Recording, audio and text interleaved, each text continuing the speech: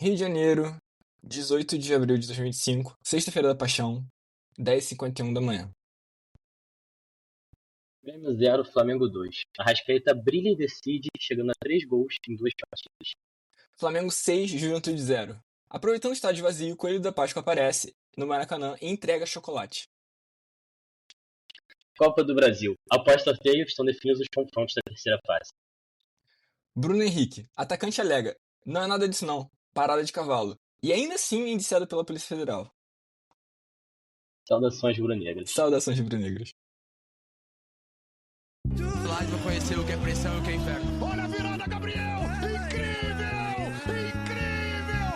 Toca a música! Amar é tão sagrado pra quem sabe amar. Porque nós estamos em outro patamar. Não dá pra comparar. Pegou 63 quilos de alcatra, limpinho, né? Onde das meias verdades? Cara de inspetor criminal, né? É o cri-cri, né? Vocês é nojento de ruim. Um é casual. Gente boa pra... Dois, Esse é gente boa, mas pode ser, aconteceu. é muito ruim. 5. Ainda nós vamos te treinar, pode ter certeza. Pediu a Libertadores em casamento e ela disse... Ô, Picareta, deixa eu te falar uma coisa. Você tá no ar. Bom dia, Guilherme. Que Bom semana. dia, Alex. Estamos no ar. E que semana. E que semana. Cara, eu preciso apontar uma coisa. Ainda quando tem Fala aí. a risada no início do som do Totó e quando ele tá cantando Mengo, eu ainda fico, tipo, pensando que é você que tá rindo. Eu acho que você Eu? não aguenta e casca assim. Eu sei que você tá mutado. Eu acho que você começa a cascar, tá ligado? Eu sempre acho que é você rindo, velho. Meu Deus. Eu achei que tu ia falar que o Totó ainda te deixava surdo, tá ligado? E hoje eu achei que o Jorge Jesus quase me deixou surdo, mano. Ele fala, pode ser, quando ele estoura esse P, tá ligado? Aham. Essa oclusiva aí. Tipo, saiu muito alto no meu fone. Não, vou te falar, pior que pra mim agora, tipo, o som tá muito melhor. O problema que eu tenho com o som é lá no final mesmo, no É o encerramento. Totó, né? É. Mas enfim, Guilherme, Totó é mito. Totó é mito. Mas enfim, né? É, Vamos começar pelo mais tranquilo da semana, que na verdade não é da semana, né? Vamos começar retomando uma coisa que acabou ficando da semana passada, porque a gente estava muito focado na derrota do Central Córdoba, acho, né? Acho que foi o que a gente focou na semana passada. sim, com E certeza. acabamos não falando sobre isso. É porque teve o jogo do Brasileiro, da Libertadores, a gente acabou não falando sobre a Copa do Brasil. E semana passada aconteceu o sorteio dos confrontos da terceira fase, né? E a gente vai ter... Bom, começar pelo confronto mais importante, que é o nosso, né? A gente vai jogar contra o Botafogo da Paraíba. Não contra o Botafogo do Rio de Janeiro, mas Botafogo é freguesia, né? Então acho que a gente tem tudo encaminhado já pelo nome do time. Eu acho que vai ser um confronto mais difícil do que contra o original, mas... Não, é um confronto tranquilo, né? Tipo, acho que nessa fase não tem confrontos que sejam realmente muito desafiadores para os times da Série A, porque é sempre Série A com Série B ou Série C. Não sei. Será? É porque... Eu concordo com você em tese, mas eu acho que tem alguns times da Série A que estão muito mal. Talvez seja esse o ponto, né? Talvez seja muito E, a tipo, parada. Eu acho que Palmeiras e Ceará é um confronto um pouco mais difícil, hein? Eu acho que ele foge ali do padrão, do resto. Não, justo, mas de fato, né? Parando pra pensar em alguns clubes aqui, né? Ainda mais os que perderam técnico e tal recentemente, essas coisas assim, dá pra dar Se uma. encontraram com o Arrascaeta. Dá pra se preocupar um pouquinho com o rumo de alguns confrontos aqui. De fato, né? Mas assim, antes da gente comentar os confrontos em si, só terminar a informação, né, que a gente estava dando, de que a gente decide em casa. Então, é contra o Botafogo da Paraíba, o primeiro jogo é fora e a gente decide em casa. Foi mal te interromper, Alex. Não, é isso. Era só pra concluir. Não, é isso. Então, assim, até pra poder explicar pra galera, assim, na disposição que a gente fizer, o primeiro time que a gente falar é o time que vai decidir em casa e o segundo time é o que, né, decide fora, por consequência. Não. Essa imagem não tá na ordem. Se tu quiser eu leio, mas aí tu não vai poder falar pela imagem. Entendi. É que eu achei que tava tem tudo uma lista que tá na ordem. Não. Não, na imagem não tá, mas eu tô com outra lista aberta que tá na ordem. Eu tô vendo aqui. Que aí... Acho que é melhor até usar essa lista, porque, tipo, não mete o risco de falar o clube errado, eu esqueci o nome, né? Então beleza. Então exatamente o que a Alex falou, galera. O primeiro time Agora o primeiro time, cadê a gente? O primeiro time joga a primeira partida em casa, o segundo time joga a segunda partida em casa, na ordem que a gente lê. Só pra deixar claro, eu falei de uma forma, o Guilherme trouxe de outra, mas é isso. A partir de agora, o primeiro time que a gente falar é o que vai tem o primeiro jogo em casa e decide fora, ok? Isso, beleza. Então, o primeiro confronto é do Operário contra o Vasco. Depois Fluminense e Aparecidense. Ou seja, o Fluminense decide fora, mas é um confronto bem acessível. Os dois são, né? O Vasco também. Paysandu e Bahia. O Bahia não tá muito bem nesse início de temporada, não, mas eu acho que ainda é bem favorito. E ainda resolve em casa, né? Depois Botafogo contra o Capital do Distrito Federal. E aí essa é uma questão, né? Botafogo jogando o primeiro jogo no Engenhão. Mas eu acho que ainda é bem favorito também, né? Acho bem difícil. Já não sei muito bem. Sempre pode ter zebra no futebol, mas eu acho que é um confronto bem desequilibrado no papel. Não, de fato. Muito equilibrado. Internacional contra o Maracanã. E Maracanã não é o estádio, é um time do Ceará. E decide em casa o Maracanã, na verdade. O Internacional joga primeiro em casa e depois decide fora. Mas também acho que é um confronto em que o Inter é muito favorito. É um completo absurdo o Maracanã não jogar no Maracanã, né, quando vai decidir um jogo tão importante, né? Depois vem Retrô e Fortaleza. Mais uma vez o Fortaleza, né? Um clube da Série A decidindo em casa. Brusque e Atlético Paranaense, então não temos time de Série A nesse confronto. E o Atlético Paranaense decide em casa. Eu acho que o Atlético Paranaense ainda tende a ser favorito, mas talvez seja um confronto que pode ser mais equilibrado dentro do que a gente está falando aí, né, Alex? Sim, ele é um confronto em alguma medida regional, né? Paraná e Santa Catarina, né?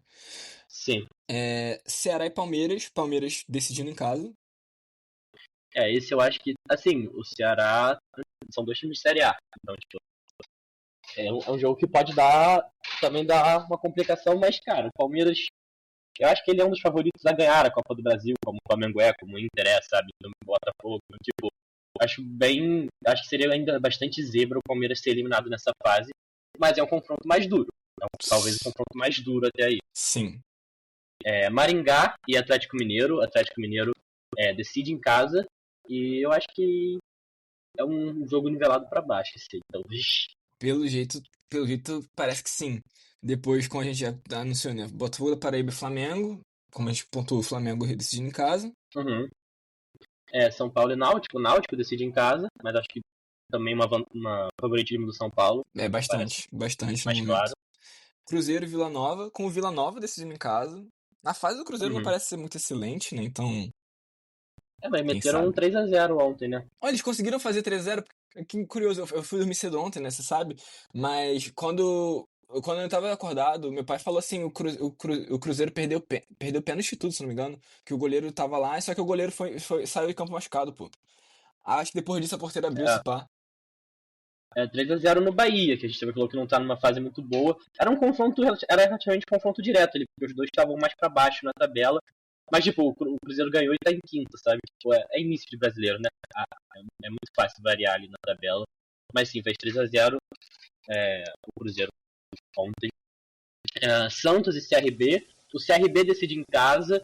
Cara, acho que o Santos tende a ser favorito. Eu acho que jogo de Copa, o fator Neymar tende a pesar mais do que campeonatos de pontos corridos. Não sei se ele vai estar em condição física, etc. Mas eu acho que jogo de Copa, assim, tende a pesar mais, embora eu não acho que o Santos tenha um grande time, mas eu acho que ele é favorito ainda. O Santos, na verdade, ele não tem um grande time mesmo. Eu acho que o Neymar principal não vai estar disponível, mas ainda assim, acho que existem alguns valores no elenco do Santos que colocam ele numa posição mais privilegiada. Até né? da própria base, né? Como costuma ser o que resolve. Sim, mas até o próprio Tiquinho é um cara que consegue fazer um golzinho ali e tal. Então, assim, vamos ver, né? Aí depois temos Novo Horizontino Cruzeiro. Corinthians. Corinthians, com Corinthians resolvendo esse jogo em casa. Esse confronto em casa, na verdade. Criciúma e Red Bull Bragantino. O Red Bull... o Bragantino, né? O Red Bull é estranho. O Bragantino decide em casa. Eu acho que também é um jogo nivelado por baixo. Não seria pra mim tanta surpresa se o Criciúma passasse, honestamente. Não, a fase do Bragantino é bem questionável, né? E por fim, CSA e Grêmio.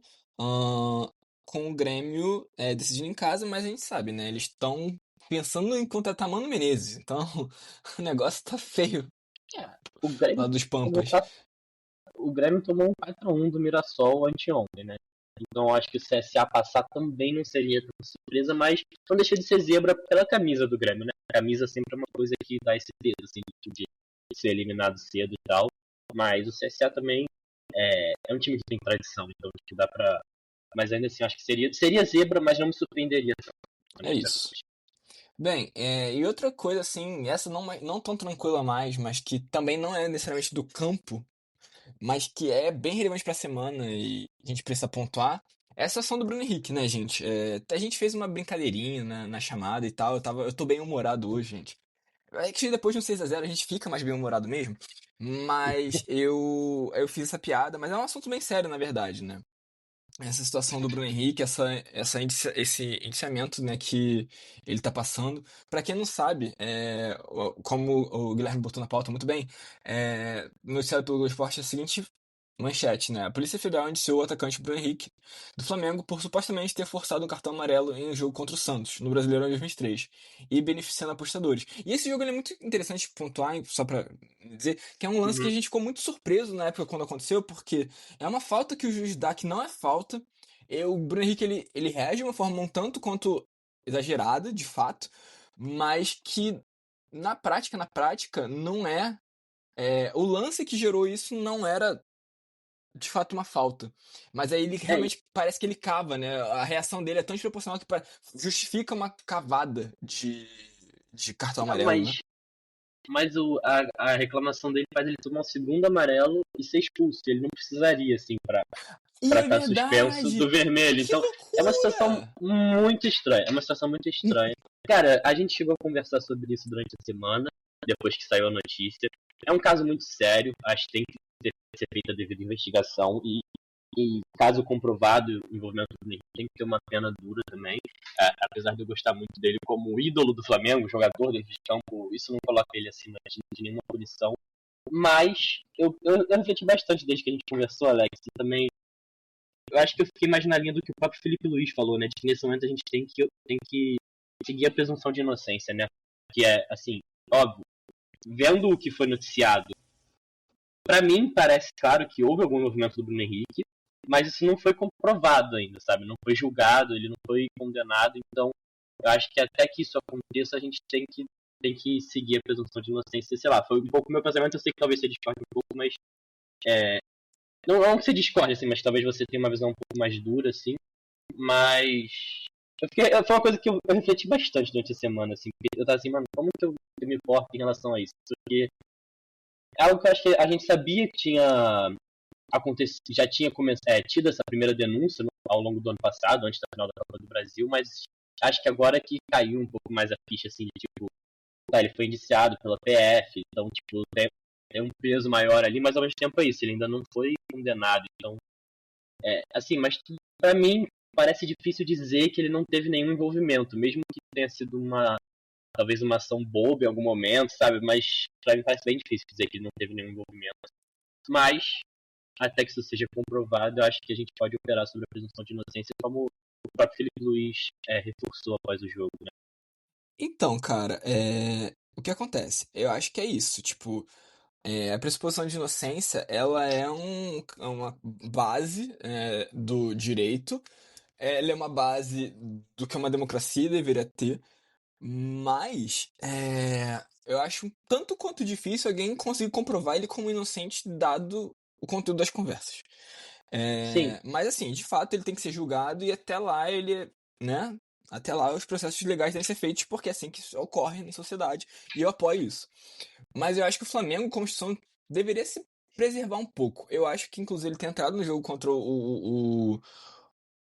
meu Deus. Juventude. O Juventude. Não foi uma decisão legal. Eu queria nem que eu queria que ele tivesse sido até afastado do, né, não estivesse meu Deus, fugiu outra palavra. Na súmula do Dos jogo. relacionados. Ele não estivesse na Sim. súmula do jogo porque, enfim, pra isso virar pra algum determinado clube, querer tornar isso num outro caso Everton, eu não consigo duvidar, entendeu? Então, assim, Então eu realmente achei que, tipo, poderia ter sido o Flamengo. Claro, o Flamengo não foi notificado disso, alegou que não tinha sido notificado disso e tudo mais, pelo menos até o jogo. Então, né? Mas eu acho que extremamente o Flamengo precisava se proteger disso, né? Acho que não é o caso ainda de pensar numa rescisão de contrato, porque, né, enfim, ele não foi punido ainda, julgado como culpado, né, pra ser punido. O processo é esse, né? Importante destacar. Primeiro você é julgado culpado, depois você é punido, não vem de outras formas, pelo menos não deveria vir. E aí, mas Uhum. assim, eu acho que esse é o caminho, sabe? Mas é isso, eu sou um pouco mais duro porque eu não consigo desvincular o que eu. E eu não vi toda a conversa, mas o que eu vi já pra mim entrega que, no mínimo, ele foi Sim. muito inocente. Assim, É o que, tipo. é o que eu até comentei com você. Na pior das hipóteses, ele vacilou demais. Na Sim, melhor das hipóteses, ele vacilou demais, sabe? Tipo, sim. e na pior das hipóteses, ele tem um esquema e tal, uma parada mais orquestrada, mas, tipo, na melhor das hipóteses, ele ainda vacilou, tá ligado? Isso eu acredito, sim. Não, e eu acho que tudo aponta que ele seja culpado, que ele vai ser julgado, culpado, condenado em alguma instância, assim, alguma coisa. Me parece, pelo menos, pelas informações que foram divulgadas. Mas é isso, a gente tem acesso a uma certa quantidade de informações e não ao todo do processo, né? Então, é isso, assim, tipo, como opinião pessoal, eu também acho que tudo parece apontar que ele teve um envolvimento ali, mas é o que você falou, tem todos os ritos processuais ainda a serem cumpridos até lá. Eu não sei se eu acho que o Flamengo deveria afastar ou não, uma coisa que eu. Tipo assim, eu não tô nem discordando de você, mas eu digo assim, eu realmente não fiz minha cabeça em relação a isso. Mas eu fiquei surpreso dele entrar no jogo contra o Juventude. Uma É. coisa que você comentou. Eu achei que a estratégia seria relacionar ele para demonstrar apoio, mas não colocar ele no jogo para demonstrar que existe a situação, sabe? Eu achei que seria tipo esse meio termo de tipo Uhum. nem ir tão pro lado nem pro outro. Mas eu acho que foi na ideia de botar ele no finalzinho do jogo para demonstrar apoio mesmo. A torcida demonstrou apoio no estádio, cantaram o nome dele, pediram ele. Quando ele foi aquecer, gritaram o nome dele, tipo, bem antes dele ter se chamado para entrar, quando os jogadores foram aquecer, sabe, durante o jogo e Sim. tal. Então acho que também, talvez pelo apoio que a torcida demonstrou, tenha feito sentido ali na hora essa escolha e tal. Não sei se foi uma ordem da diretoria, se foi o Felipe Luiz que decidiu, mas o Felipe Luiz, se eu não me engano, ele diz em entrevista coletiva que nesse momento está tratando o Bruno Henrique igual ele está tratando qualquer jogador que está à disposição dele pela presunção de inocência, né? Então eu entendo que não me parece haver um planejamento, pelo menos da parte do Felipe Luiz, de afastar o Bruno Henrique ou de não utilizar o Bruno Henrique nos jogos, né? Não, assim, eu não acho que teve qualquer dedo de diretoria nisso, nem do Boto, nem nada. Isso é uma escolha, pra mim, completamente autônoma do Felipe Luiz.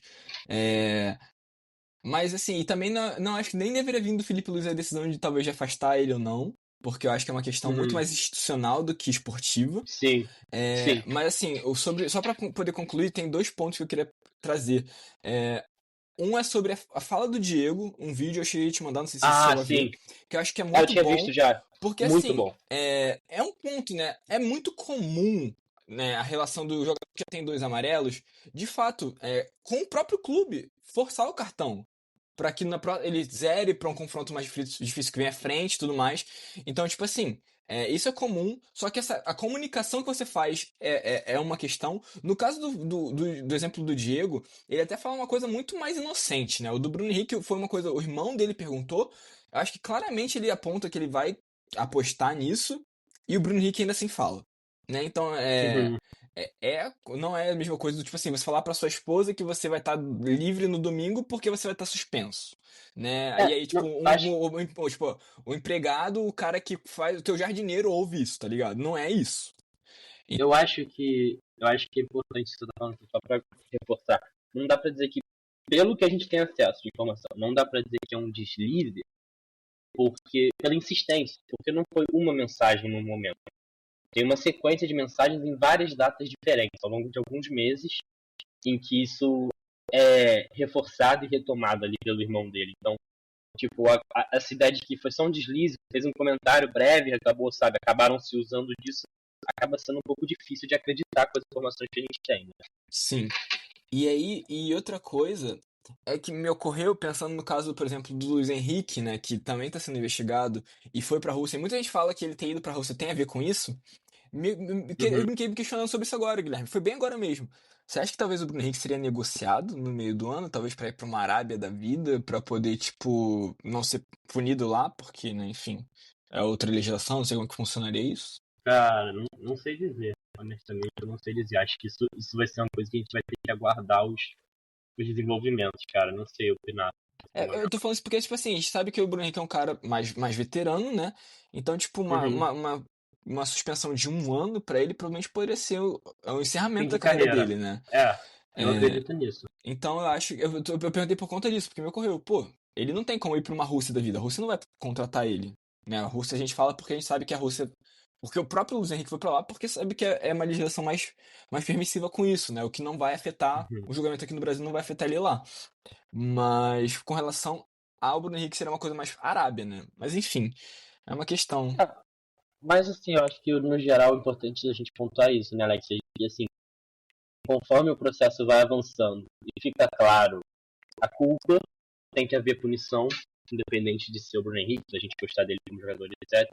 E conforme o processo vai avançando, se ficar claro a inocência, o cara tem que ser tratado como inocente, né? O resultado do que acontecer nesse processo, eu acho que a gente tem que depois tem que ser respeitado, né, mano? Não tem jeito. O cara, se for comprovado que ele fez o bagulho, ele tem que ser punido, né, por aquilo. Não, E eu, é e acho isso. também importante, assim, só, eu lembrei agora no meio do que eu tava falando, mas por mim a gente pode ir pro próximo assunto, assim, só pontuar também que no vídeo do Diego, ele deixa bem claro, assim, durante o vídeo, não só que ele acha que os atletas têm que ter uma instrução por parte das casas de aposta e dos clubes em relação a como se comportar nesse novo mundo, onde existem as bets, mas ele também deixa bem claro que ele não apoia, não incentiva, ele entende, ele respeita, mas ele não apoia, não incentiva a existência das bets, que eu acho que também é um ponto muito importante que o Diego coloca no vídeo dele, que eu acho que é algo que tem que ser mais debatido, mais amplamente debatido também, o quanto que a própria existência de casas de aposta, em eventos esportivos, etc.,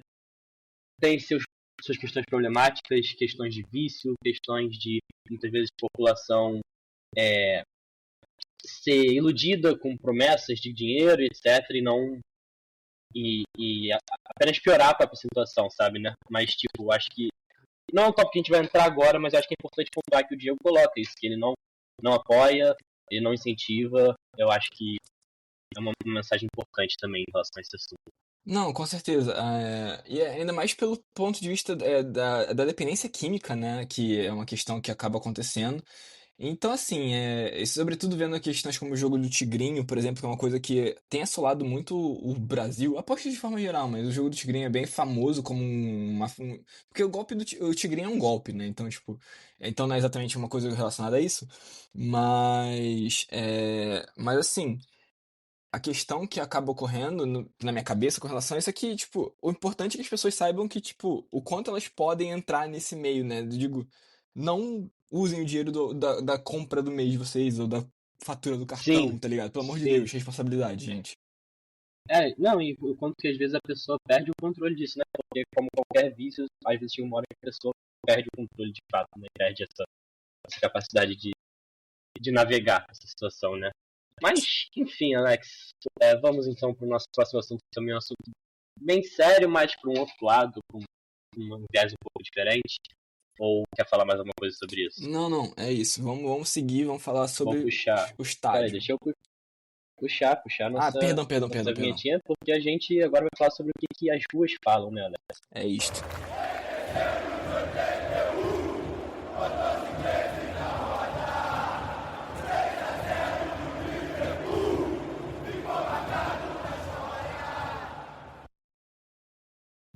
Uma vinhetinha breve. A gente está aqui nessa sessão que a gente sempre traz um pouquinho do que a torcida trouxe em redes sociais, mas também no estádio. E acho que hoje o mais marcante é a gente ter um confronto em que a gente teve mais gols do que público presente. Mas assim, foi próximo disso, né? Porque, tipo, o Flamengo faz uma exibição de gala, 6-0 no Juventude. A gente vai comentar mais sobre o jogo em si, mas assim, só 31 mil pessoas assistem no estádio que cabem 70 mil, sabe? Menos da metade do estádio. E o pior, 2 setores fechados. A Sul Superior e a Leste Superior sequer abriram. Assim, eles preferiram abrir mão de 2 setores do estádio do que rever a política de ingressos. Tem alguns problemas que vem com isso, eu quero discorrer um pouco mais, mas puxa aí, Alex. Não, assim, é importante dizer que, tipo, por mais que 31 mil pagantes sejam mil presentes, na verdade, seja um número melhor do que isso, provavelmente, sei lá, metade do Campeonato Brasileiro em público. É, a gente tá num estádio muito grande e, sobretudo, a gente tem uma torcida muito grande. Sim. Muito grande. Então, assim, o certo mesmo é entender o Maracanã com os seus 65 mil, que normalmente o teto que a gente consegue bater, né? No Maracanã, por conta da questão de setorização e tudo mais. É um estádio que, entre aspas, é pequeno. Né? Então, é um estádio onde, tipo, bate um jogo onde vai 30 mil pessoas, né? Pouco mais disso, 30 mil. Mas que, por opção da diretoria, mantém setores inteiros fechados, assim, é um erro. É um erro enorme institucional.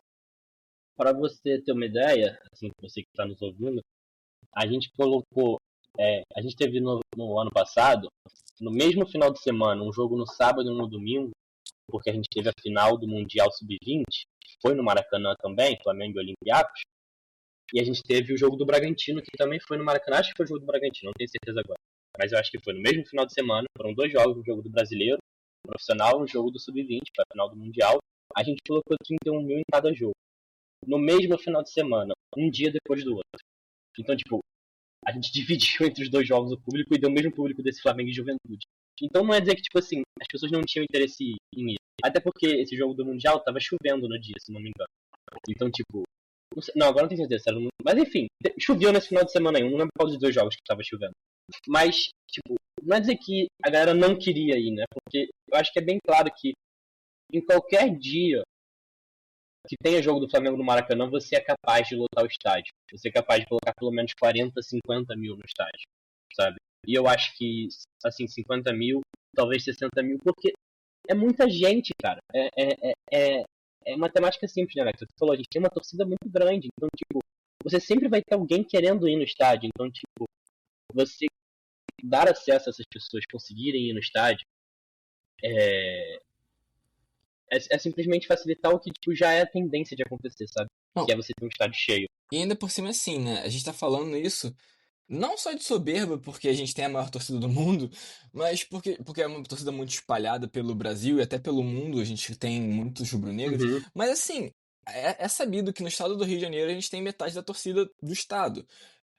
E a dimensão provavelmente não deve ser tão discrepante quando você para pra pensar na cidade do Rio de Janeiro. E mesmo se fosse, ainda assim, o estado do seja Rio... pra mais. Isso eu não sei dizer, eu não lembro. Mas assim, com certeza eu sei que no estado é 50% a gente tem.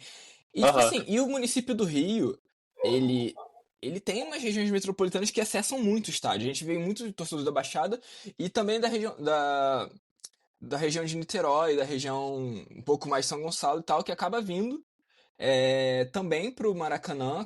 Então, assim, a gente não tá falando só do Rio de Janeiro capital, tá falando de alguma medida da região metropolitana. Uma região metropolitana de mais de, o quê? 8 milhões de pessoas? Porque só no Rio de Janeiro são 6, 7. Então, assim, é seguro dizer que tem mais de, tipo, 31 mil rubro-negros no estado do Rio de Janeiro, na cidade do Rio de Janeiro e nessa região metropolitana como um todo. Eu, por exemplo, não fui nesse jogo. O Guilherme também, se não me engano, não foi, certo? Não, fui.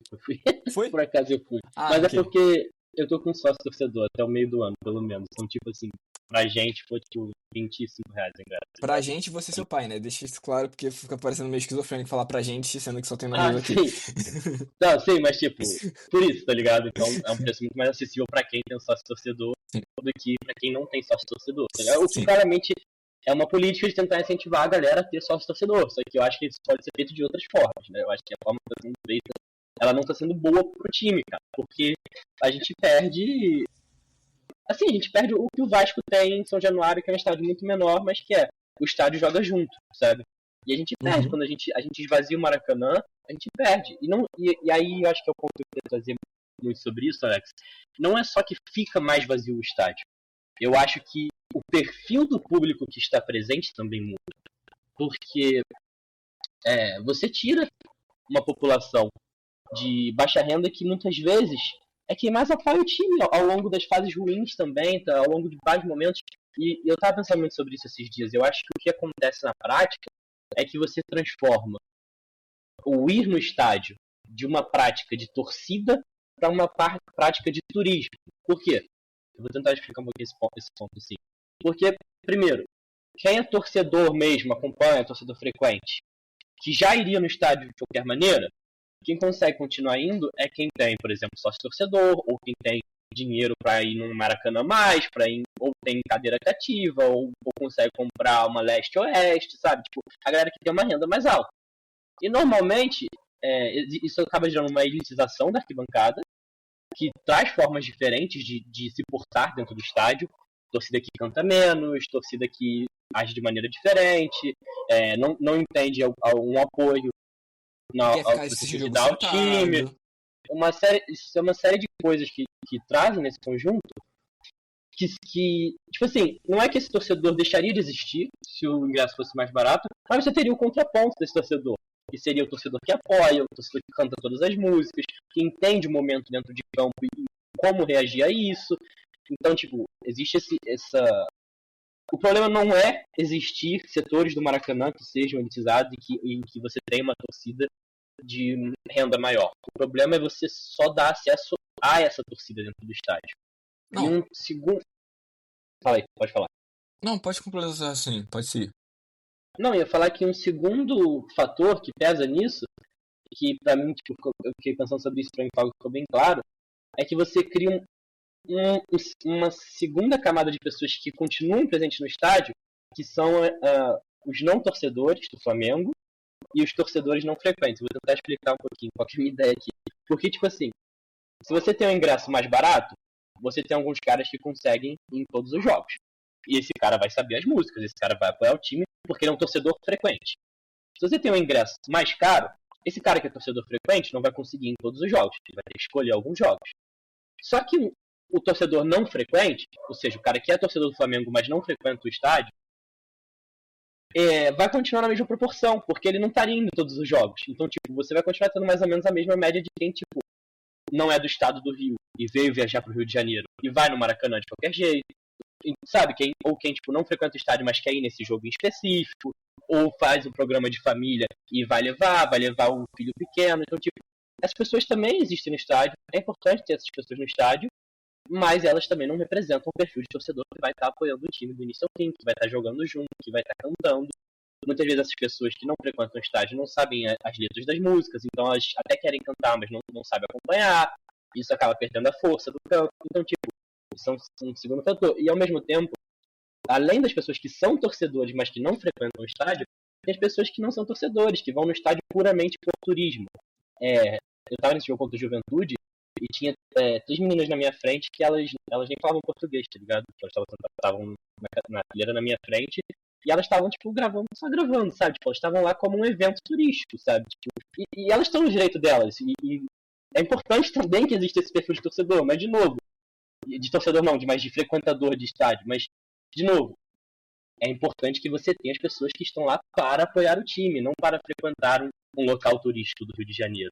Até contra o Inter, no primeiro jogo do Brasileiro, também tinha uma família, algumas fileiras na minha frente, que ninguém tava com camisa do Flamengo, eles estavam com uma roupa neutra, assim, tal, e parecia muito ser uma família do Sul, assim, parecia serem torcedores do Inter. Então, tipo, óbvio que eles também não vão estar cantando, não vão estar apoiando o time do Flamengo. Mas eu acho que, tipo, todos esses perfis de torcedores que eu tô citando, não é problema eles existirem dentro do estádio. O perfil do torcedor mais elitizado, o perfil do torcedor do não torcedor, né, do turista ali dentro, o perfil do torcedor que não costuma frequentar e tá ali eventualmente. Mas se você tem todos esses perfis e você exclui o perfil do torcedor frequente de estádio, você perde a sua torcida frequente de estádio. Assim, é a coisa mais óbvia do mundo, sabe? Tipo, é uma coisa que afeta diretamente a parte da torcida que mais vai te dar retorno esportivo e festivo ali da arquibancada, sabe? Então, é uma questão de você ir mudando o perfil da arquibancada e como isso é prejudicial ao clube. Soma isso a questão das organizadas que não se unem, etc. É um problema muito grande que a diretoria tem que conseguir achar um caminho de lidar. Você quer incentivar o sócio-torcedor, ok, acho que isso é válido, mas você tem que ir por outros caminhos, cara, porque esse caminho está sendo prejudicial ao Flamengo. É a minha visão. Assim, eu senti que eu tomei de graça essa sessão inteira, tá? Achei desnecessário. Eu posso ir pontualmente ao estádio e eu sei cantar as músicas, Então tá. Não, Sim, mas assim, falando mas não é sério. todo Não, eu mundo, sei, mas isso é sacanagem, sacanagem. tu entendeu o que Entendi, eu tô trazendo, entendi. né? Não, entendi. Mas assim, eu vou te falar uma parada, Guilherme. Eu vou além, cara. Eu acho que, tipo, a questão de quem apoia, quem não apoia, ela é relevante esportivamente, mas eu acho que, do ponto de vista de um clube que usa um estádio público, mas não só isso, mas que é uma instituição do Rio de Janeiro, o Flamengo tem que se preocupar em ser acessível para as pessoas, independente se elas vão cantar ou não, tá ligado? E eu tô querendo dizer isso no sentido, tipo assim, tem que ter, tem que ter pessoas que podem pagar, tipo, R$ 15 pra ver no jogo sim, tá ligado? Tipo, eles vão que sabem cantar, vai Uhum, aprender a cantar lá no estádio, tá ligado? Tem que ter gente que vai sim. poder pagar R$ 50, tá ligado? E vai ver. E, cara, é muito bizarro, porque o Flamengo, sabe, é notoriamente o nosso setor, entre aspas, popular, porque infelizmente não é necessariamente super precificado dessa forma, é o setor norte. Só que essa diretoria, sabendo que o setor norte é o setor que a torcida gosta de ficar, que é onde tem as organizadas e tudo mais, o que eles fizeram? Eles deixaram mais caro do que a Sul. Uhum, Então, assim, é uma descaracterização da própria identidade do clube. E eu acho que é mais sobre uhum, isso. Não é tipo, a identidade vem com o cantar também.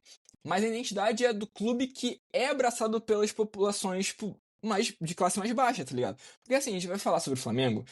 É um clube que é formado num bairro da Zona Sul e vai para um outro bairro da Zona Sul e faz esse bairro da Zona Sul ser um dos bairros mais caros do Rio de Janeiro. Então, falar que o Rio de Janeiro institucionalmente é um clube do povo não é. Mas essa graça é o que se diz do Flamengo, que o Flamengo se deixa amar. E o Flamengo se deixa amar e a população mais pobre ama o Flamengo.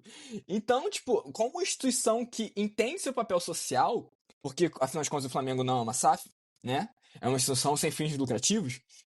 O Flamengo tem uma posição obrigatoriamente como, né, de novo, como algo relevante para a cidade do Rio de Janeiro, né? Como uma instituição relevante do Rio de Janeiro, ser um momento para.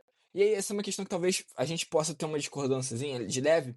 Um local aberto para o público que quer ver o Flamengo, mas que não tem condição de estar no estádio. E eu até falo, tipo. E até penso isso como uma situação, tipo, tornar isso um evento, porque, assim, de fato, a cultura de arquibancada é uma coisa muito, muito, muito importante. Mas eu acho que tem que ter no estádio um espaço pra galera que, de fato, né, não tem necessariamente a cultura de arquibancada, pra se criar uma cultura de arquibancada também. Porque, enfim, eu moro um pouco razoavelmente longe do estádio. Quando eu vou pro estádio, normalmente eu acabo tendo que dormir fora de casa, porque pra minha volta é muito complicado e tal. Mas tem gente que faz isso, tem essa cultura de arquibancada, e morando muito mais longe que eu, sofrendo muito mais que eu pra voltar, e tendo um contexto muito uhum. mais. Mas tem essa cultura de arquibancada, tem essa possibilidade, essa disponibilidade financeira e pessoal. Mas é complexo, né? Mas assim, o grande Ah, ponto é que, tipo, o Flamengo.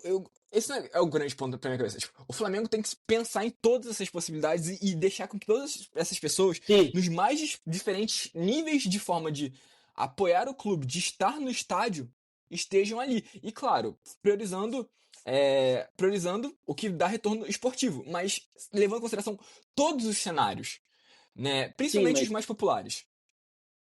sim, assim, só pra deixar claro, assim, duas coisas. Uma que é, eu não me considero esse torcedor, assim, tu falou que tomou de graça, mas eu me coloco num torcedor que também não tá nesse torcedor, tipo, raiz. Eu não, assim, é o que você falou, eu comecei em estádio, eu aprendi a cantar e tal, mas com certeza eu não sou o torcedor, tipo, raiz de estádio do Flamengo, sabe, nesse sentido, sabe, que o torcedor, tipo, eu canto, eu sei a maioria das músicas e tal, mas eu não me considero também nessa camada, tipo, mais assíduo do mundo, Não, sabe, isso então, porque o tipo, Guilherme vai, tipo, em 30 dos 38 jogos do Brasileirão, tá ligado?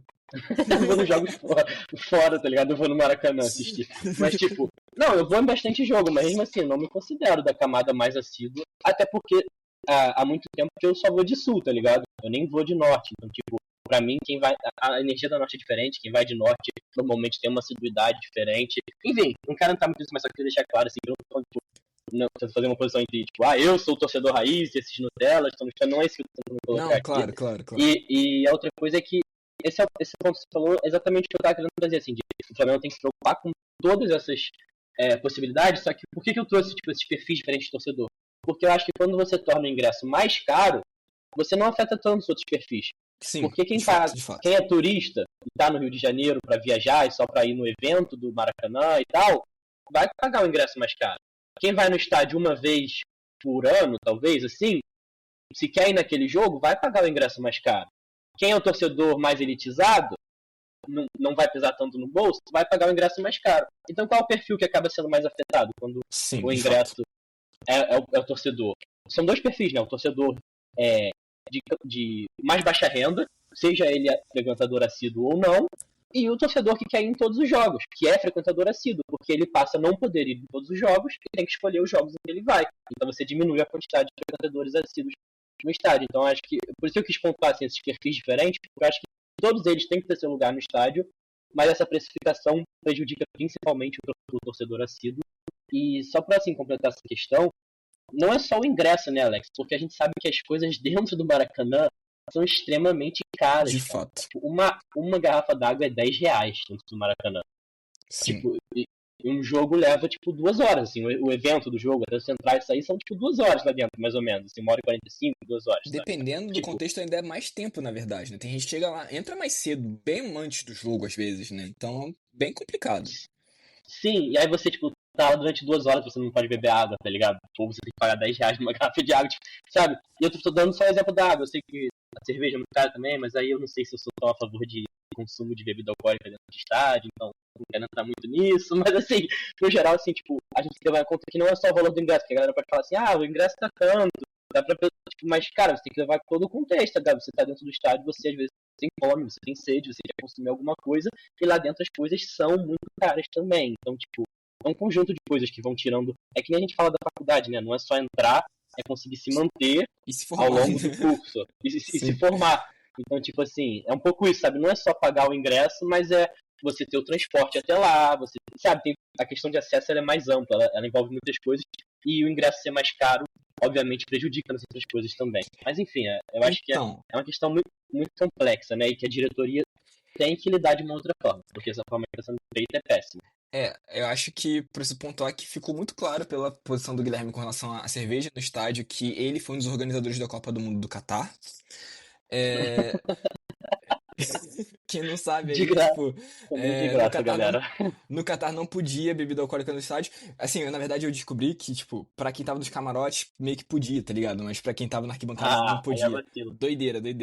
Mas assim, só que misturar emoção e álcool tem tanta chance de dar errado, sei lá, acho que em volta do estádio eu não seria super contra, mas eu não sei se eu sou tão a favor do estádio, mas também eu não bebo, então, eu sei que eu sou pesado. Então, vocês estão vendo, ele realmente tá se entregando como organizador da Copa do Catar.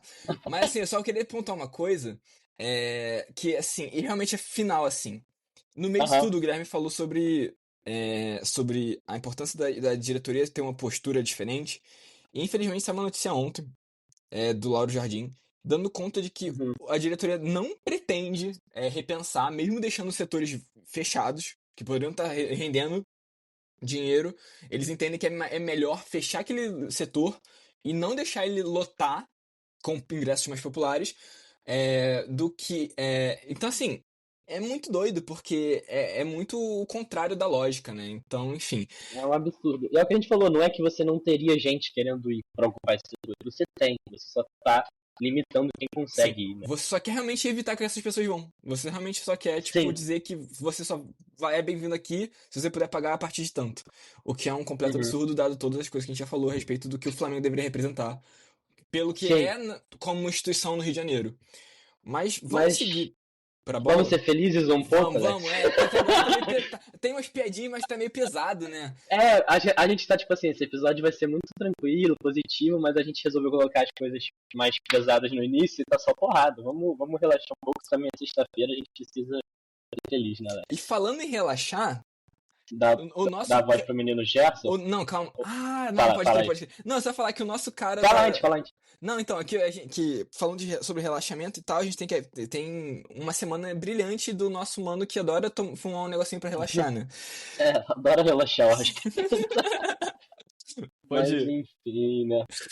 Vamos educar ele jogando bola, fazendo um grande jogo. Que Deus abençoe a todos e um ótimo jogo. Que Deus abençoe a todos e 2 ótimos jogos, né, Alex? 2 ótimos jogos. Um excelente, na verdade, um ótimo e excelente, né? Sim, não, educamos ele jogando bola. Acho que nosso capitão disse tudo aí. E, cara, assim, não tem como falar desses 2 jogos sem falar do Arrascaeta. Porque, cara, que semana brilhante da nossa camisa 10, né? 2 gols contra o Grêmio. Fora de casa, num jogo que a gente ganha por 2-0, e depois 2 gols e uma assistência na goleada contra o Juventude. É bizarro, né? Não, você inverteu um pouco as coisas, Guilherme. Um gol e 2 assistências, foi mal, falei errado, galera. A emoção. Não, Não, mas tá certo, 5 participações em gol, mano. Eu nem quero saber como foram as participações. Em 2 jogos, tá ótimo. até aproveitando pra poder pontuar uma coisa aqui, né? Na chamada a gente falou que ele fez 3 gols em 2 jogos, isso relacionado ao jogo contra o Grêmio. A contagem atualmente é, tipo, 4 gols em 3 jogos, só que com umas assistências no meio desse caminho, né? Então, assim, No brasileiro, tá deixando claro isso, no essas Brasileirão. estatísticas todas. É um início de temporada, assim, temporada pensando realmente o Brasileirão pra frente como temporada, né? Extraordinário da Arrascaeta. Ele botou o jogo E contra o aquilo, Grêmio né? debaixo do braço. Apenas. Não, e é aquilo, né, Alex? O Arrascaeta, bem fisicamente, ele é o melhor jogador em atividade no futebol brasileiro. É tão simples quanto isso, né, cara? Então, tipo, é muito bom ver que ele parece estar numa temporada em que ele começou. Assim, não sei se começou, mas em que ele tá encontrando um ritmo físico bom, porque futebol ele tem de sobra, né? Ele precisa estar bem fisicamente pra entregar esse futebol. Não, de fato. E assim, eu vou te dizer uma outra coisa, Guilherme. A gente comentou, né, alguns episódios atrás sobre como, por exemplo, a minutagem dele, tipo, foi muito menor durante esse início de temporada. Sim. Então, tipo, ele ainda teve uns problemas físicos, mas se recuperou e tava numa sequência legal e tal. E assim, mas o que me ocorre muito é que, tipo, pensar que realmente, como parece um foco do departamento de futebol, trazer uma alternativa a ele, né, um reserva pra ele, cara, é bem provável que a gente tenha conseguir realmente ter uma temporada onde, tipo, ele vai ter minutos mais controlados e, consequentemente, estando bem fisicamente, ótimas partidas como essas que ele teve atualmente, né, nos últimos jogos, porque, tipo, talento a gente sabe que ele tem, a gente tem que deixar ele jogar. E aí, falando do jogo mesmo, cara, é como eu falei, ele botou o jogo debaixo do braço, sabe? Tipo, ele resolveu, assim, o jogo foi um bom jogo do Flamengo, mas assim, a forma como ele dominou o jogo e, tipo, sou eu e foi só ele. Pô, tirando o goleiro dos lances, entendeu? Sim. Nos dois jogos, assim, conduzindo a bola, vindo lá de trás do meio campo numa jogada bem trabalhadinha, bonita e tal. E batendo, assim, com uma categoria, uma frieza meio cruel, tá ligado? Tipo, é um craque, é um craque. De fato ele foi maestro em campo, mas, assim, falando especificamente sobre o jogo contra o Grêmio, eu admito que eu tô inebriado do jogo contra o Juventude, então eu não tenho tantas memórias mais do jogo Eu contra o também. Grêmio.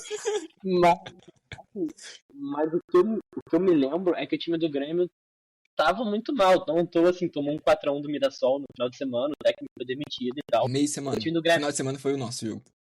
Tá certo. Agora no meio de semana eles tomaram 4x1, nosso jogo no final de semana passado. Mas assim, o Grêmio tava muito mal, foi um jogo que a gente teve muito espaço. E quando a gente fez nossa previsão de placar, eu lembro que eu comentei isso assim, a gente costuma jogar bem, ganhar bem do Grêmio, sabe? Tipo, costuma ser um jogo que a gente ganha, que a gente costuma se dar bem nos últimos anos. Não necessariamente historicamente, mas nos últimos anos. Né? Com esse time atual do Flamengo, a gente costuma se dar bem contra o Grêmio, porque eles costumam deixar esses espaços. E de fato, foi um jogo que a gente teve muito espaço. E eu acho que tu soube usar muito bem esse espaço, né? De fato, eu acho que ele foi um maestro. Cara, eu não me lembro de ninguém que tenha ido mal. Eu acho que foi um jogo que o De La Cruz eu achei que jogou bem, o Jason Chico jogou bem. Eu não me lembro de ninguém que tenha tipo, pensado que foi abaixo, assim. Não, eu também acho que não. De fato, assim, no geral da semana, acho que foi uma semana muito boa, cara. Até, tipo, talvez já fazendo ganhos contra o Juventude, não sei se vai ser o caso ou não, depois tu vê, mas, assim, até o Alan e o Ayrton Lucas que entraram contra o Juventude, os dois não foram assim, tipo, é craque de bola, mas eu não achei que eles jogaram mal, sabe? Tipo, achei que foi uma boa semana pro elenco como um todo, assim.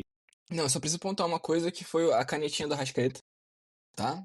No jogo contra o Grêmio, que foi sacanagem.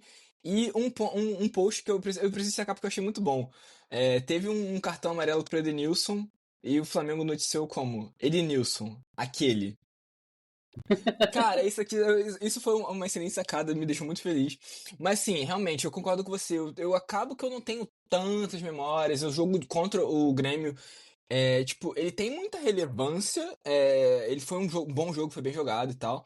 Só que até tem essa questão, né? Tipo, a gente penou um pouco pra fazer o segundo gol.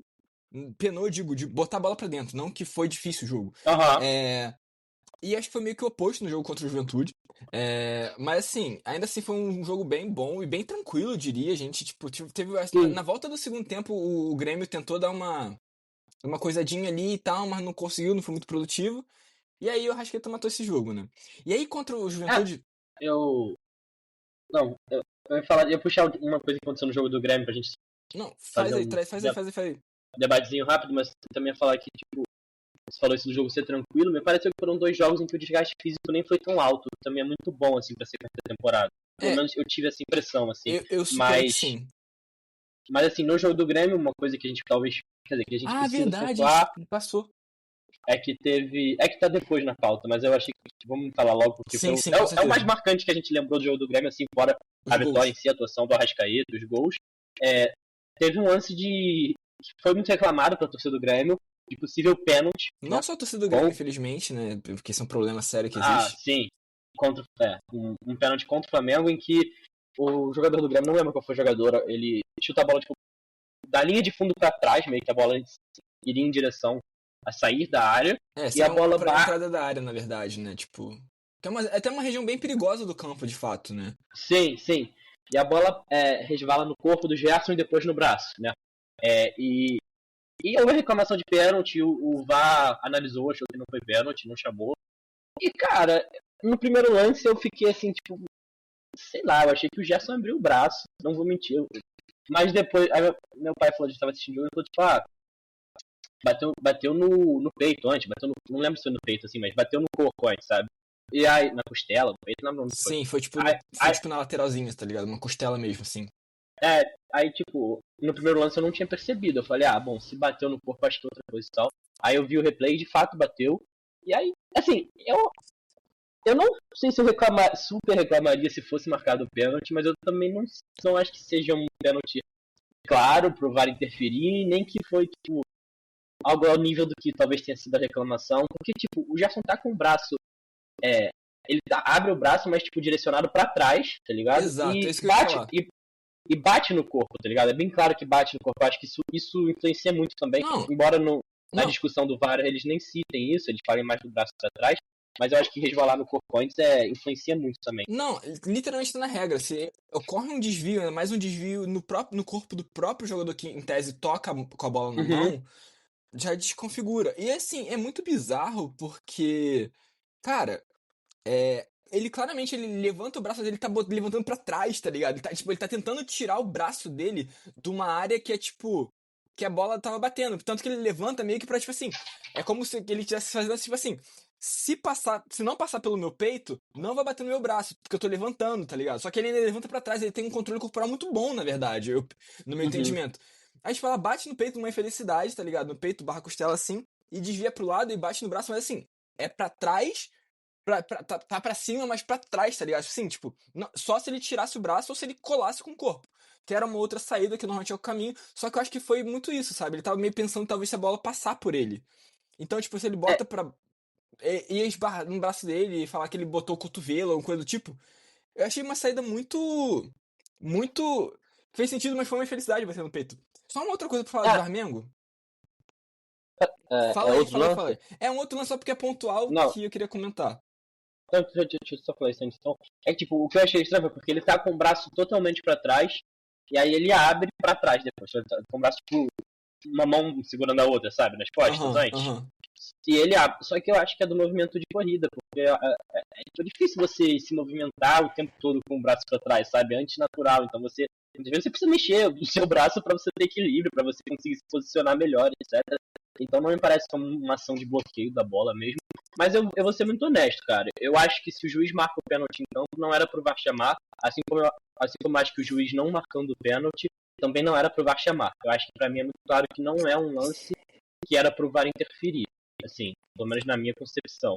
Eu acho que tipo, tem que ser decidido em campo esse lance. Não, eu discordo, porque se o árbitro, por exemplo, dá esse lance, muito provavelmente é porque ele não viu que a bola desvia no peito do Gerson, e na regra diz que se desvia no jogador, não pode ser pênalti, tá ligado? Então, tipo assim, o VAR tem que chamar pra poder mostrar, ó, tem esse desvio aqui.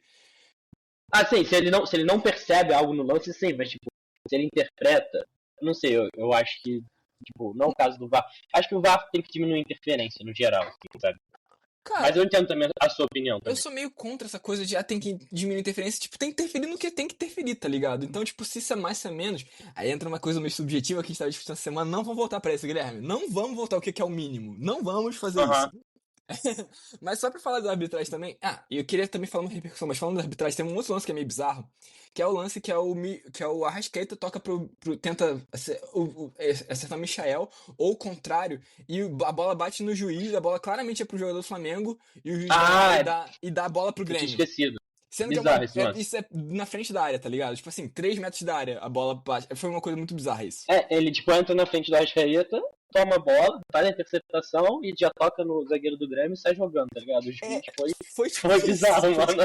Foi bizarro, tá ligado? Tá, e só pra poder fazer essa pontuação, teve uma jornalista aí de um meio esportivo famoso e tal, e ela é gaúcha. Não sei se necessariamente ela é gremista, mas ela é gaúcha. E ela falando sobre roubo quando claramente, assim, é desconhecimento de regra, isso é meio feio. Mas a gente tá acostumado porque, infelizmente, o futebol brasileiro tem essas coisas, assim, uns lances que claramente, tipo, você vê a regra, você sabe que não tem como ser aquilo ser pênalti, mas vão lá, não é pênalti, é Varmengo, não sei o que, não sei o que lá.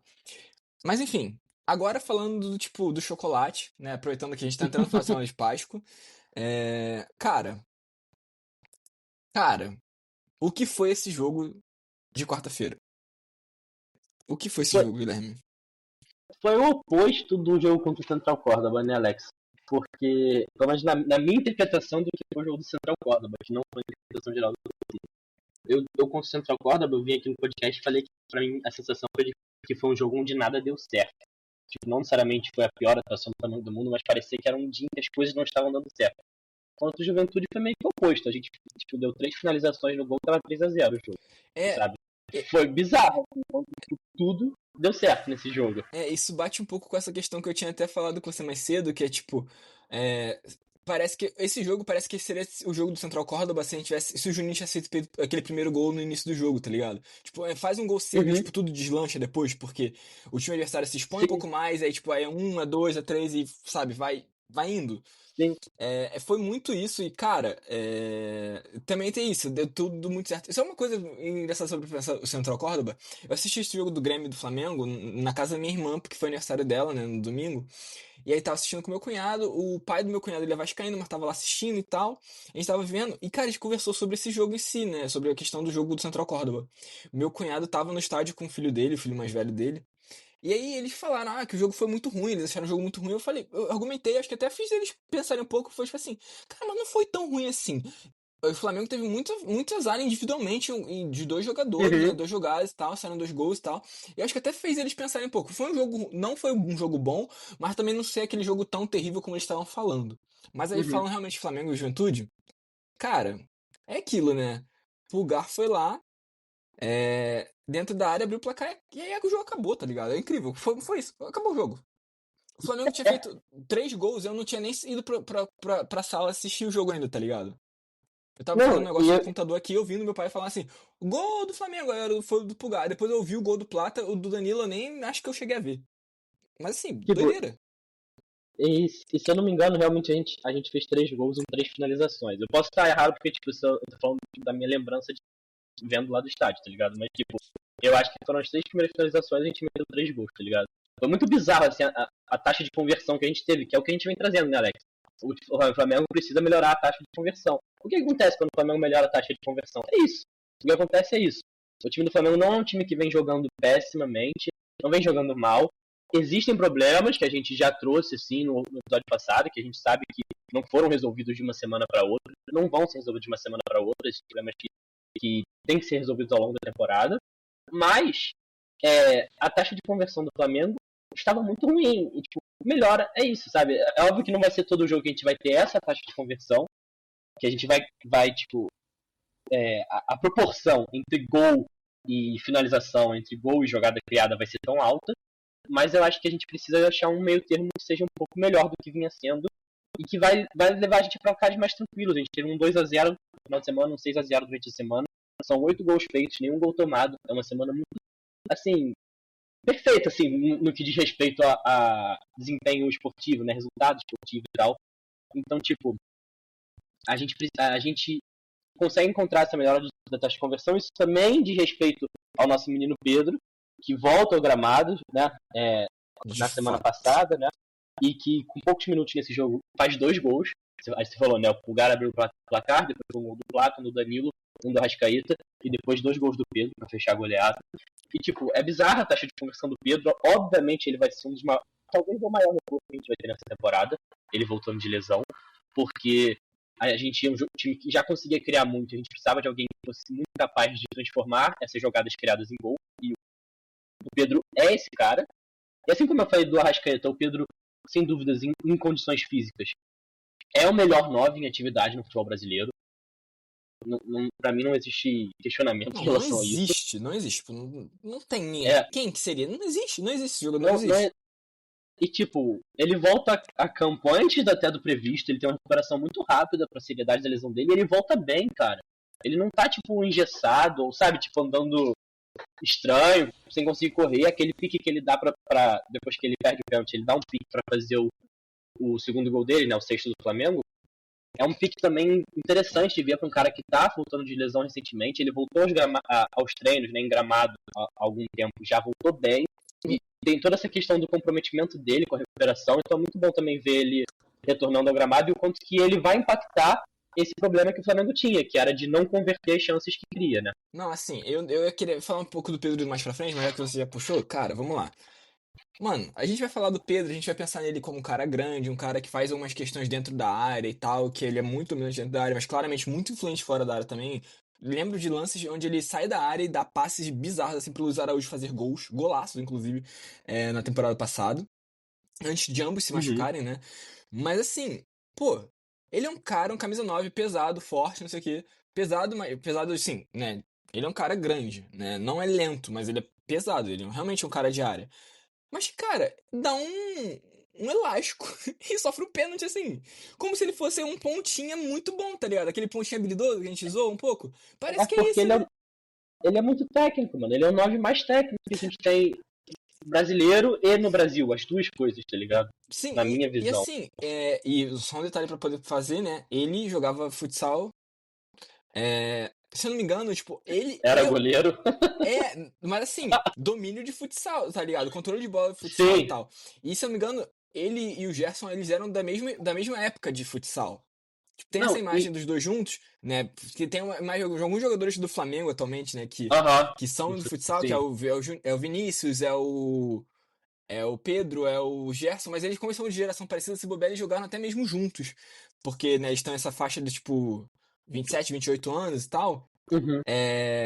Então, assim, e se não me engano, o Paquetá e eles jogaram juntos, então todo mundo nessa mesma faixa de 27, 28 anos.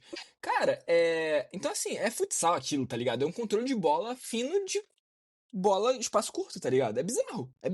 E para além do gesto técnico, Alex, essa jogada também mostra a vontade, né? A dedicação do Pedro, porque, tipo, ele pega uma bola que pareceria uma jogada morta, mano, e ele transforma num pênalti. Ele realmente transforma uma jogada, tipo, não uma jogada morta, assim, mas, tipo, uma jogada que teria que ser criada, não existia. Sim. E, tipo, ele vai e cria um pênalti. E isso, pra mim, mostra a capacidade técnica, sem dúvida, dessa dedicação, né, mano? Porque você até tava comentando da notícia que saiu que ele, além dos compromissos médicos que ele teve dentro do clube, ele contratou uma equipe em casa, né, para ele poder fazer realmente essa... Ele comprou vários equipamentos. Essa volta aos gramados o mais rápido possível e o mais preparado possível, porque não é só você voltar rápido. Ele voltou rápido e bem. Ele parece que voltou, tipo, pronto pra jogar, sabe? Sim. E realmente muito rápido pra lesão que ele teve. E, cara, Arrascaeta, Gerson, Pedro, o próprio Pulgar, a gente tem jogadores a nível mundial atuando no futebol brasileiro, sabe? Léo Ortiz, são jogadores muito bons, cara, muito bons. Mas assim, foi um jogo que todo mundo foi bem, mas já que tu puxou o Léo Ortiz, também é bom a gente falar que o Léo Ortiz teve um descanso, né? Sim. E o Danilo foi quem jogou esse jogo contra o Juventude. Danilo voltando de lesão, inclusive, né? Que é importante, a gente estava sem contar com ele, mas voltou. Sim, a gente trouxe isso no episódio passado, que os nossos zagueiros estavam com uma minutagem muito alta, mas porque não estava tendo com quem revezar. Então foi bom, uma notícia boa também que houve aí nesse jogo do Juventude. E cara, resta falar assim, do Arrascaeta especificamente. Não, calma aí, calma. Não, eu queria mais coisas pra poder falar antes. Calma aí. Não, não vou, eu não vou puxar Tá. o melhor da semana, não. Tá. Você vai falar que, tipo assim, eu acho que especificamente nesse jogo, a gente fala, tipo assim, foram 3 finalizações, tava 3x0, você nem tinha começado a assistir o jogo e tal. E, tipo, em 4x0, assim, tipo, 4 gols no jogo, eu acho que ele tinha dado 2 assistências e feito um gol, tá ligado? É bizarro, mano. O cara, tipo, tava 4x0, tipo, no segundo tempo, e o cara tinha participado de 3 gols, sendo que, tipo, ele tinha feito os 2 gols do jogo anterior, tá ligado? Sim. É bizarro, mano. É bizarro, assim. Mas enfim, pode puxar aí, pra você puxar, Alex. Não, então, assim, como você falou, uma jogada meio que pouco produtiva, né, no ambiente que ele tava na lateral tava dentro da área, mas na lateral, assim, sabe, tipo, mas ele dá um drible que ele tava indo em direção ao gol, não era nem a linha de fundo exatamente, ele tava indo mais na direção do gol mesmo, assim, onde ele poderia, se ele passasse, ele fazer um chute cruzado, provavelmente com perigo, tá ligado? Então, assim, ele criou ali, ele tirou da cartola individualmente, voltando de lesão, tendo, tipo assim, o quê? Menos de 40 minutos jogados desde que voltou da lesão, né, somando aquele jogo que ele entrou no meio da semana passada e esse jogo agora, acho que menos de 40 minutos, com certeza dá pra dizer que ele tem. E, cara, ele tava ali, botou o zagueiro, o defensor do Juventude pra merda, e o cara teve que fazer uma falta, e aí, pênalti, né? Mas, assim, cara, eu queria pontuar o Plata, cara. É muito curioso pensar que quando ele chegou, né, a gente falou um pouco sobre ele, que a gente tinha visto alguns lances, a gente pensou muito nele como esse ponta, mas ele tá entrando como esse cara que realmente é um cara que joga mais centralizado. E, mano, ele adora cavar, né? É importante dizer isso. O gol dele é um belo gol, que lembra um pouco o gol da final da Copa do Brasil. E é numa jogadaça, né? Uma bola uma jogada que vai sendo trabalhada e chega ali com uma assistência do Belo Gerson. passe do Michael pro Gerson. Isso, mas também um belo passe do Gerson pro Plata. Sim. Então ele é um lance todo bonito, bem construído. E, cara, e o Plata vai lá e cava. E aí teve uma coisa muito engraçada, porque eu tava no Twitter e discutindo algumas coisas, falando sobre meias, né, pra poder vir. Aí um cara que a gente até pontuou, é o Buonanotte. Ele é um cara que ele é o meia pela direita, né? Aí as pessoas estão falando, mas não precisa, porque tem um monte de jogador, não sei o que lá, na direita. Nem acho que tem tantos assim. Acho que eles podem jogar até em outros lugares, né? Pensando no próprio Plata e no Luiz Araújo, por exemplo. Mas aí surgiu esse ponto, um cara falando assim, o Plata não tá vivendo da Copa do Brasil, não mostrou que veio ainda. Eu, tipo, cara, não consigo discordar mais. O Plata é um dos melhores jogadores do Flamengo nesse início de temporada, tá ligado? Sim, com certeza. Tipo, tá abaixo de outros caras e tal, mas ele é um dos melhores. Tipo, ele tava entre os plausíveis pra poder falar, tipo, na nossa melhor da pré-temporada, né? Tipo, era Bruno Henrique, era o Wesley, era ele, o Pulgar. Tava ali, top 4, top 5. Ele tá abaixo do que tá bizarro, né? Que é tipo, o início de temporada que o Bruno Henrique tinha, o que o Arrascaeta tá fazendo agora, tá ligado? Mas, tipo, dentro do que é ser humano, do que é ele normal, tá, tipo, né? no topo, tá ligado? Sim. Porque ele tá abaixo do que é alienígena, tá ligado? Sim. Mas não só isso, cara, mas é legal que esses 3 primeiros gols, a gente tem o gol do Arrascaeta mantendo essa coisa alienígena, o Pedro também, que é um outro alienígena também na sua função, mas os 3 primeiros gols, especificamente, eles coroam histórias legais, que é um gol do Pulgar de cabeça, que foi até questionado, né, em jogos anteriores, por não ter essa atuação, ser um cara alto, tá, mas não ter essa atuação de cabeça, ele vai e faz um gol de cabeça. O Plata, também, que alguma parte da torcida também estava questionando, e o próprio Danilo fazendo seu primeiro gol pelo Flamengo. Então, tipo, é muito bom jogos com vários gols, porque sempre tem uma história para cada gol, assim, sabe? Para cada jogador que faz o gol, e uma espécie de coroação individual ali, mas que foi uma coroação coletiva, cara, porque caras que não fizeram gols, como o Alan, Ayrton Lucas e Michel, caras que não tem tanto apoio da torcida, também não tem conseguido demonstrar tanto futebol há bastante tempo, conseguem ter jogos bons ali, sabe? Não foram os melhores em campo, tal, mas conseguem apresentar algum nível de jogo bom. Então é um jogo tipo, que eu acho que vai fazer muito bem pro elenco também, né? Não, com certeza. Assim. E assim, o Pulgar eu acho que também é de fato assim, dentre eles, eu acho que o Plata ele não, nenhum deles deve fazer, entre Pulgar, Plata e Danilo, eu acho que nenhum deles estava necessariamente assim, tipo, muito questionado e tal, mas o Pulgar eu acho que ele é um cara meio desvalorizado. Acho que tem muita gente que acha que tipo assim, vai chegar o Jorginho, o Pulgar é banco. Cara, vai ser uma briga, tá ligado? Vai brigar. O que aconteceu com o Danilo? O Danilo chegou, todo mundo achava que ele ia ser titular, mas, mano, o que o menino Léo Pereira vem jogando? Sim. Tá ligado? Tipo, é difícil, mano. E é bom que você tenha no banco um Danilo e que ele não consiga ser titular porque os caras não estão dando brecha, tá ligado? É ótimo isso. Sim, mas... e também o próprio, em algum momento, o Ortiz tá no banco porque tá descansando um pouquinho e tal, e, cara, isso é importante. Sim, e o Danilo entra e mantém um nível alto ali também. Sim. É ótimo isso. Outra coisa também pra falar assim, em relação à semana, não sei se a gente vai ficar muito pressão, mas também quero fazer menção ao sim. Rodel de la Cruz, que eu achei que fez um bom jogo contra o Grêmio também, achei que foi um dos melhores em foi campo muito contra bem. o Grêmio. Foi muito bem. E o próprio Gerson, cara, que eu acho que joga muito bem contra o Grêmio, é um dos melhores em campo também contra o Grêmio, é um dos melhores em campo contra o Juventude. Talvez pudesse ser o melhor jogador da semana se a gente estivesse vendo num mundo onde todos os jogadores são seres humanos normais, tá ligado? Sim.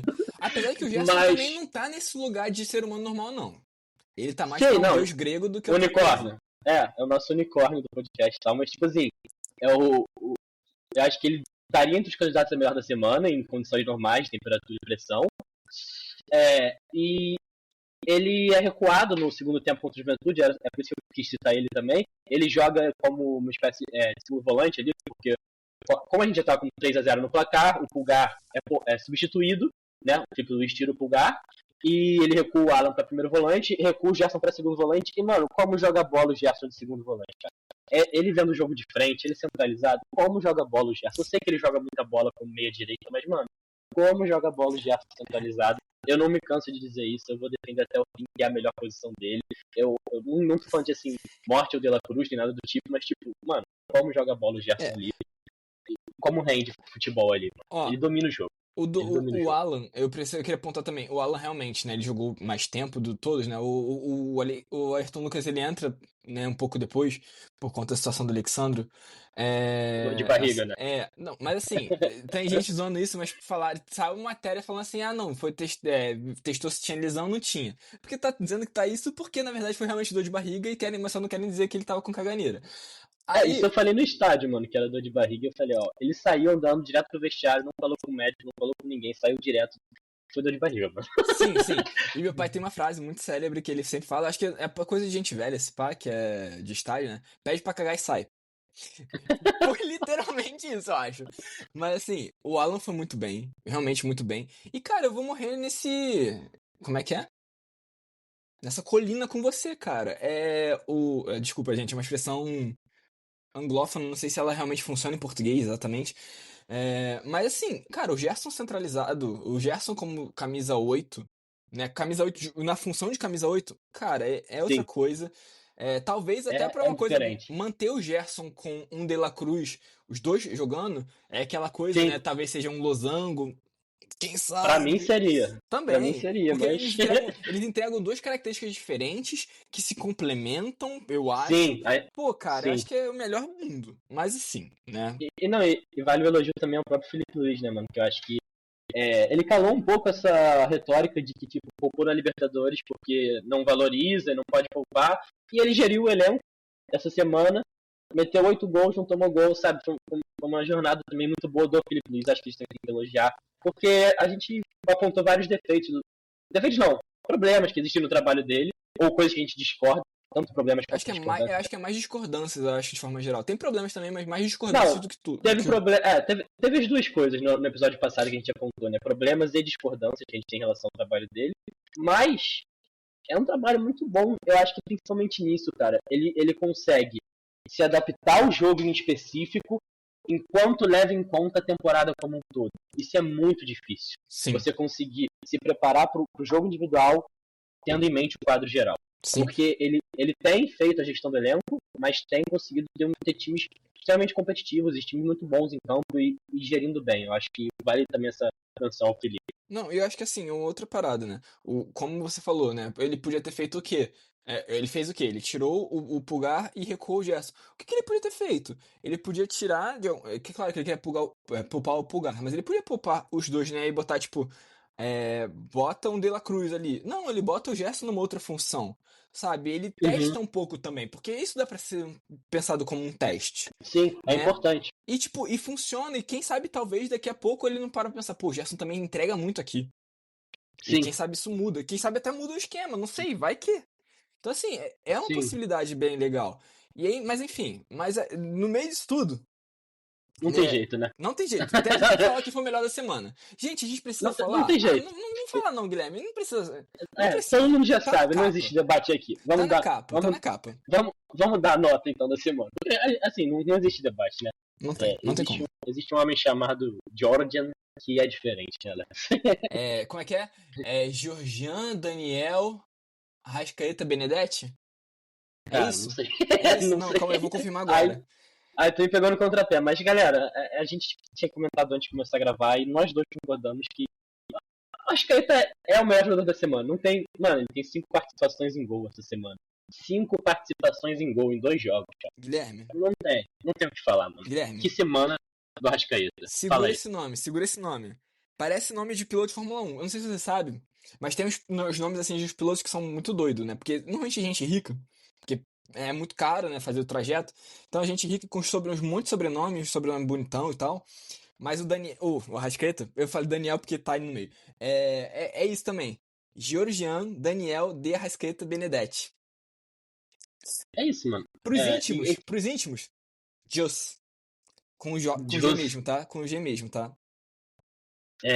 Assim, a primeira semana em que a gente. O primeiro voto de malvadão que o Arrascaeta recebe. Só que como a gente combinou, né, em alguns episódios atrás, como é unanimidade, o Arrascaeta recebe 3 pontos. A gente vai fazer mais pro final da temporada, a gente vai ter essa análise de tipo quantos pontos cada jogador fez ao longo do ano, né? Pensando, a gente tá votando jornada a jornada, ou seja, cada semana. E o Arrascaeta, cara, merece demais. Se eu pudesse dar uma estrelinha dourada nessa semana, tipo, um ponto extra, tá ligado? Eu daria, porque é absurdo o que ele fez essa semana. É Não, absurdo. de fato. E o que o time fez dentro de campo também é absurdo. E se fosse uma nota da semana, já fazendo a transição, Alex, Exato, perfeito. que considerasse só o que aconteceu em campo, É 10 seria uma fácil. nota 10. Seria uma nota 10. Porque você não toma gol, você produz 8 gols em 2 jogos, você sai com 2 vitórias, você é líder do brasileiro por conta dessa semana, você abre saldo de gols, porque, você é líder, o Palmeiras está empatado e tal. Segue o líder, filho, segue o líder, porque a gente abriu o saldo do Palmeiras, isso é muito importante a longo prazo. Então, tipo, dentro de campo, mano, que semana, o Pedro volta a jogar, volta a jogar assim, digo, atuar um pouco mais, sabe, e marca 2 gols. É absurdo. Todo mundo foi bem, não tem que falar, 10. Mas a gente apontou no início do episódio, a gente gastou um tempo mostrando que existem questões extra-campo que pesam, e a gente não pode ignorar, porque a nossa nota da semana ela é majoritariamente pensada por o que aconteceu em campo, mas a gente sempre considera também o extra-campo ali na hora de ajustar a nota final, e por isso que eu vou de 9, porque, cara, eu tiraria ali meio ponto pela questão do Bruno Henrique, que pode ser muito complicado. O Bruno Henrique era um dos melhores jogadores do Flamengo na temporada, eu não sei qual vai ser o desenvolvimento disso, mas pode ser um prejuízo grande para o Flamengo, sem pensando no Flamengo esportivamente, não pensando em outras questões que envolvem o caso que a gente já comentou, mas no Flamengo esportivamente pode ser um prejuízo ao longo prazo, ao longo da temporada. E a questão do estádio, que não tem como não pesar também, né? Porque ter esse jogo que a gente teve contra o Juventude e só ter 30 mil presentes é um absurdo, cara. Então, uma semana que era para ser nota 10, acaba sendo nota 9, mas ainda assim, muito boa a semana do Flamengo. Perfeito. Só vou falar aqui também que eu concordo, o meu critério é basicamente o mesmo do Guilherme. É uma semana de nota 10, em que no meio disso tudo a gente perde alguns pontos por questões, né? E se a gente fizesse um peso um pouco maior, talvez para o campo, para fora do campo, talvez perderia mais pontos, ainda mais principalmente pela questão da diretoria, né? Da questão do Sim. estádio e tudo mais. Mas então, mas eu segui exatamente o mesmo critério do Guilherme, então foi uma nota 9. O Malvadão, como ele já tinha adiantado, é o Arrascaeta, até pontuo que. Eu acho que isso vale a pena. Talvez falar a nota não é uma questão, a nota da semana, mas acho que a gente pode já dar um panorama de como é que estão os votos, né? E as pontuações dos jogadores. Acho que só pra eles terem uma noção. Né? Tu quer falar? Fala aí. Eu falo. Na pré-temporada, né? A gente teve eu botando o Wesley como o malvadão da semana. O Guilherme tinha botado o Wesley inicialmente, mas também trocou pro Bruno Henrique. Ele até falou já na temporada, em algum episódio atrás. Depois a gente teve a semana com Flamengo Internacional e Flamengo Deportivo Táchira.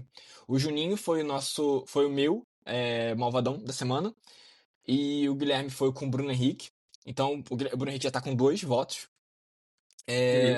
Na semana contra o Flamengo Central Córdoba e Flamengo e Grêmio. Perdão. Flamengo e Vitória, Flamengo Central Córdoba. Eu e o Guilherme fomos no Gerson, ou seja, ele também tá com 3 pontos. Né? E essa semana, Grêmio e Flamengo e Flamengo e Juventude, foi Arrascaeta. Então, temos Gerson e Arrascaeta com 3 pontos, Bruno Henrique com 2 pontos, Wesley e Juninho com 1 ponto só. Sim. E aí, já pode falar dos próximos jogos já, Guilherme? É isso? Falar aqui primeiro dos jogos que a gente. Como a gente pontuou nesses jogos, né? O placar que a gente tinha falado. Ah, verdade. Fala Falando aí. dos jogos. Que tu vai em si, estar feliz também.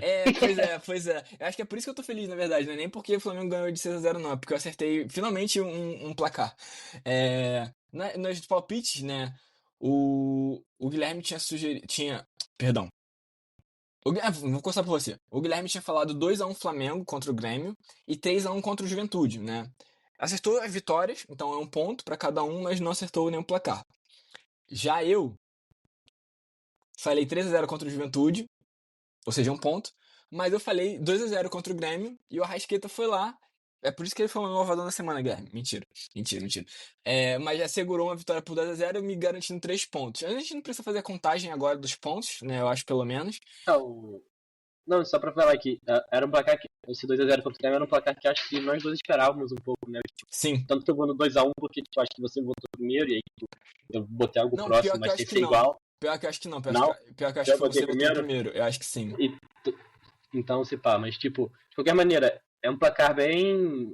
Que fazia sentido pra esse jogo contra o Grêmio, Sim. né? E de fato acabou acontecendo e tá 6-4, né? O Alex abre 2 pontos de vantagem. Todos os jogos que a gente acertou o resultado foram iguais, porque a gente postou vitória em todos os jogos até agora. Então, quando o Flamengo ganhou, nós dois pontuamos. Quando não ganhou, nenhum de nós pontuou. E agora o Alex abre esses 2 pontos, né? Por ter acertado o placar no jogo do Grêmio. Então tá 6-4, né? Por enquanto, na nossa famigerada Taça David, né, Alex? Isso. Mas então, Só se eu palpitei primeiro... Tá. Com certeza, não, só pra dizer, que... De fato, a impressão que tem é que, tipo, quem ganha é quem acerta mais o placar do jogo. Porque o placar do resultado... O resultado em si é muito difícil que a gente desalinhe, né? Tem essa impressão. Nesse momento, acho que sim. Tipo, na era Tite, a gente ainda discordava algumas coisas, mas acho que nesse momento a gente tá muito otimista, de acordo, né? de como o time tá, né? Sim. Otimista em conjunto. Cara, pior que mas, agora enfim. você falou, eu tô pensando, será que eu votei primeiro da última vez? Agora eu não lembro, cara. Não, mas começa você aí. Eu acho que eu quero ter começado mesmo. Tá. Pode começar aí. Então, eu vou te oferecer no Flamengo e Vasco a possibilidade de ir no meu placar preferido, que sabe, é o 2-0, porque eu vou botar um 3-0 aqui, porque, cara, eu acho que a gente vai ter um final de semana de regado de bacalhau e chocolate. Lembrando, galera, que eu esqueci de comentar isso. Amanhã, 18 de abril, às 6h30, né, sábado, Vasco, Flamengo, o mando é deles, mas é no Maracanã. O Alex tá falando aí 3-0 pro Flamengo. Eu vou falar, cara... mano, que se dane. Vamos meter logo um 4-1, sei lá.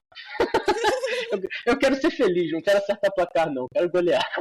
Perfeito. Não, justo. Não, essa é uma parada. Eu gostaria de outro 6-0, sabe? Se o meu 3-0 chamar 6-0, tá ótimo. Não, mantém. Você falou 3-0, deu 6, mantém. Não muda não, Alex.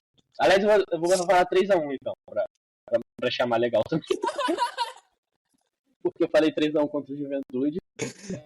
E aí depois, na terça-feira, dia 22 de abril, às 7 horas da noite, nós temos LDU e Flamengo em Quito, jogo pela fase de Libertadores. Jogo muito difícil, jogo muito importante. A gente precisa da vitória, né, Alex? Eu dou esse voto antes ou é você? Pode dar esse voto antes, acho que é justo. Cara...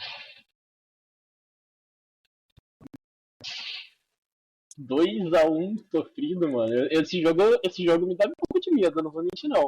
Eu vou me de dá 2-1. Me dá medo. Eu vou de 2-1, mano. A gente não pode não ganhar esse jogo, mas é um jogo difícil ao mesmo tempo. Mas não pode não ganhar, porque a gente vacilou com o Córdoba. Então, o meu placar padrão, você sabe, é 2-0, né? Então, quando eu, não existe vitória de 1-0 normalmente no meu voto, né? Mas, cara, eu acho que botar um 2-0 talvez seja um pouco seria muito feliz. Demais. Com 2-0. Cara, eu vou ousar. Eu vou no 1-0 Flamengo. Nossa, que ousado. Bom, 1-0, 2-1, nenhum de nós tá muito otimista contra a LDU. O Vasco é jogo treino, então, pelo que a gente tá falando, né? Sinto que é isso. Sinto que estamos colocando dessa forma. O foco da semana é a LDU. Não sei se o microfone pegou. Pegou, ouviu.